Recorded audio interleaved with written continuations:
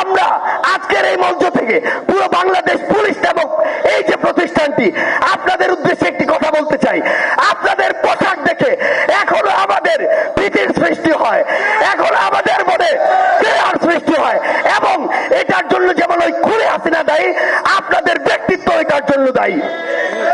আপনারা ক্ষমতার লোভে, পদের লোভে ওই পোশাকটিকে ধারণ করে অপব্যবহার করে সারা বাংলাদেশে নানা রকম কুকর্মে সহযোগিতা করেছেন।